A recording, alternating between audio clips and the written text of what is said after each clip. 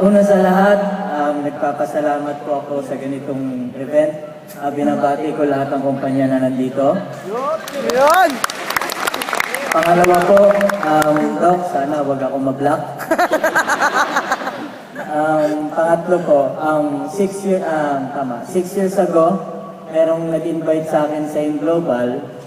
At yung nag-invite sa akin, hiningan ko ng offer. Yung nag-invite sa akin na yun, hindi ako binigyan. So, ginawa niya, pinadaan niya ako sa proseso. So, ang tanong ko po, gaano po ba kahalaga yung proseso na para sa inyo po? Kasi yung upline ko, wala eh.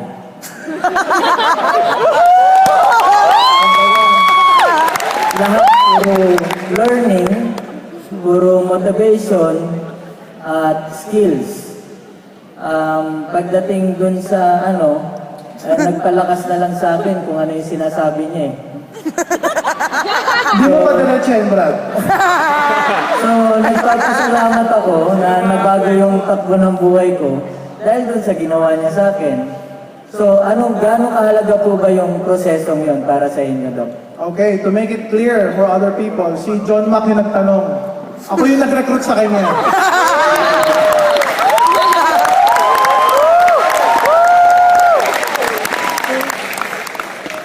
Marami kang hindi sinabi. I invited that guy. Okay, and during the time that my wife was giving birth to our third daughter, we were in Makati Medical Hospital. Around 2 in the morning, nagbabantay ako sa hospital, so walang magawa. Sabi ko, makapag-recruit niya. Tinawagan ko, nasaan ka, John? We belong to the same church. We're both Church of Christ or Iglesia ni Cristo members. Sabi ko, John, nasaan ka? Sabi ko, John, nasaan ka? Para kape tayo, alas 2 na madaling araw, Starbucks sa Makati Med. Adik sa kape. Pumunta. So, around 2 or 3 in the morning, up to 4 in the morning, I was discussing to him the vision, our products, our marketing plan. And I told him na as an upline, as a company, I could only support you so much. Okay? Kasi the way I was brought up in the industry, ganun din. Very minimal upline support. Ganun din yung binigay ko sa kanya. I think if I remember it right, 2 beses lang ako sumama sa isang business presentation. Yes! 2 beses lang, tama ba? Opo! O isa lang? More or less. 1 or 2. My reason behind that, ito para alam din ng marami. Kung tinutukan siguro kita hanggang ngayon na ako yung kasama mo kada presentation, malamang hindi ka pumutok.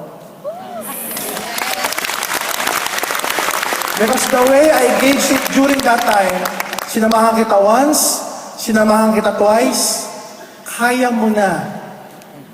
Kaya mo na. Kaya mo nang lumipad on your own. Kasi kung ikakagi pa kita, baka hindi ka nakalipad ngayon. We came to a point, sinabi ko sa kanya, okay, pabook mo yung Jollibee, maghakot ka ng 200, pupunta ako dyan. Yan! Pinabook niya. Yan! That particular day, wala ako. Hindi ka dumating! Sabi ko, kaya mo na yan. I believe in you so much that you can do it. Guys, purposely ginawa ko yun. Kasi nakita ko na sa kanya yung traits at qualities. Kaya niya na. Kahit ganyan siya, ganyan talaga siya. Kaya niya na. So at my perspective during that time, kaya niya na to. So I let him go, did his own thing, and good enough, after a few more months, after a few more years, sumabog, nag-momentum yung grupo niya. So now John has a big group where? In Middle East, in Asia, even in Africa.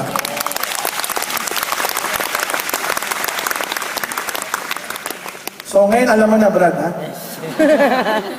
Thank you. Any more questions from our audience?